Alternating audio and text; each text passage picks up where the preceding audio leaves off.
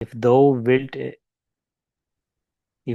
wilt anything learn and know profitably to the health of thy soul, learn to be unknown and be glad to be holden while and not. అయిపోయిందా చెప్పండి. పాస్టేజ్? ఉమ్, more cunning. నువ్వెంతో cunning అయ్యావు. అంటే చాలా మంది మేము చాలా తెలివితేటలు ఉన్నాయి, అందరినీ మోసం చేసేయగలము, ఎవరు మా తెలివితేటలు ఎంత ఎక్కువ అంటే మేము చేసి ఎవరు తెలుసుకోలేరు అనుకుంటారు. ఇఫ్ దౌ హనా, మీరు కానీ మోర్ గ్రీవియస్లీ షాల్డ్ దౌ బి, ఇంకా ఎక్కువగా బాధాకరంగా ఫీల్ అవుతారు. ఎప్పుడు judged for the misusing thereof, అంటే మిస్యూజ్ చేసినందుకు జడ్జిమెంట్ డే నాడు మీరు చాలా బాధాకరంగా ఫీల్ అవుతారు. అందుకని raise not thyself into pride for any craft or cunning.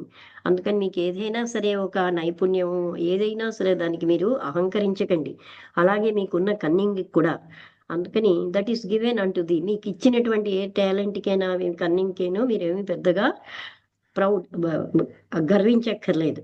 Have the more fear, అంతకంటే ఎక్కువ భయం కలిగి ఉండండి మీ హృదయంలో. For certainties that thou must hereafter yield the straiter account. ఎందుకంటే మీకు తర్వాత స్ట్రైటర్ అకౌంట్, స్ట్రైట్ ఫార్వర్డ్గా ఉన్నదాన్ని తీసుకుంటారు అక్కడ.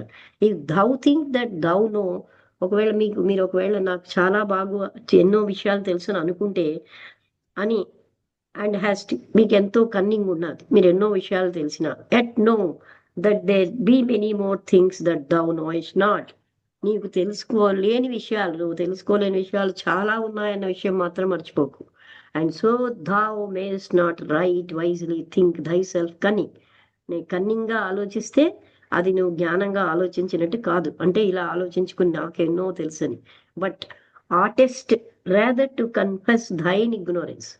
అందుకని ఆర్టిస్ట్ అంటే తప్పనిసరిగా నీ యొక్క అజ్ఞానాన్ని నువ్వు ఒప్పుకొని తీరాలి.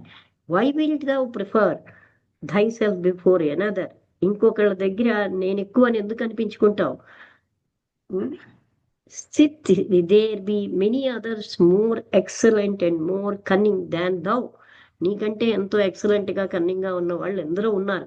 అండ్ బెటర్ లెర్న్డ్, నీకంటే ఎంతో జ్ఞానం ఉన్న వాళ్ళు, లా అవి తెలిసిన వాళ్ళు ఉన్నారు. అప్పుడు అంత గర్వం ఎందుకు?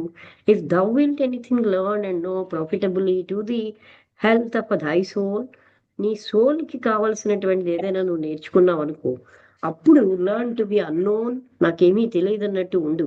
And be glad to be holden while and not, అంటే నాకేమీ తెలియదు అన్నదానికి నువ్వు చాలా ఆనందంగా ఉండు, నేను నథింగ్ అని ఫీల్ అవ్వడానికి. నాట్ అంటే నథింగ్ అని. okay.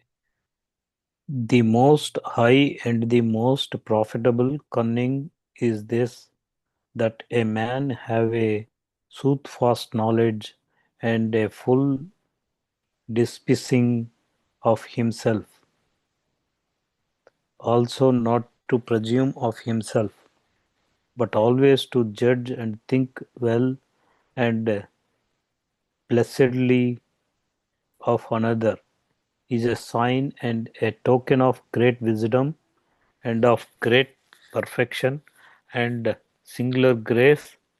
If thou see any person sin or commit any great crime openly before thee, yet judge not thyself to be better than he, for thou knowest not how long thou shalt preserve, persevere in goodness.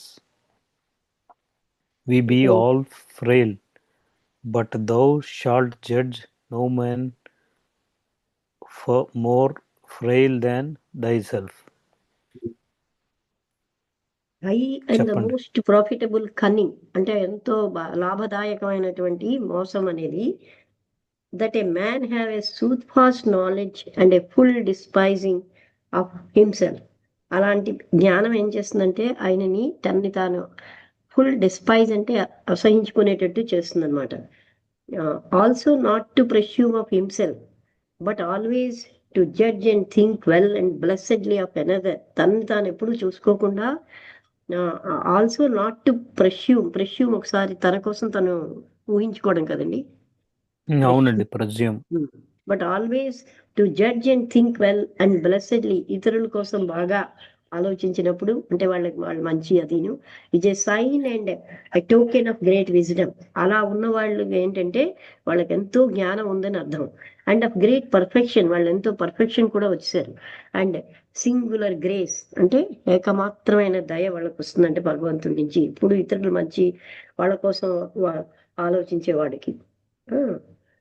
In thou see any person sin are commit, if thou, ఎవరైనా సరే పాపాన్ని కానీ ఏదైనా సరే crime చేసినా సరే నువ్వు చూస్తే ఓపెన్ గా బిఫోర్ ధీ, నీ ఎదురుగుండా, at judge not thyself to be better, నేను చాలా బెటర్ అని నువ్వు అనుకోకు, then he, for thou knowest not how long thou shalt preserve. అది నీ గుడ్నెస్ నువ్వు ఎన్నాళ్ళు కాపాడగలగలవు అని నీకు తెలియదు. ఈ పాయింట్ చాలా ముఖ్యమండి. అంటే మనం ఇంకా దైవాను నేను ఇక్కడ స్టార్ట్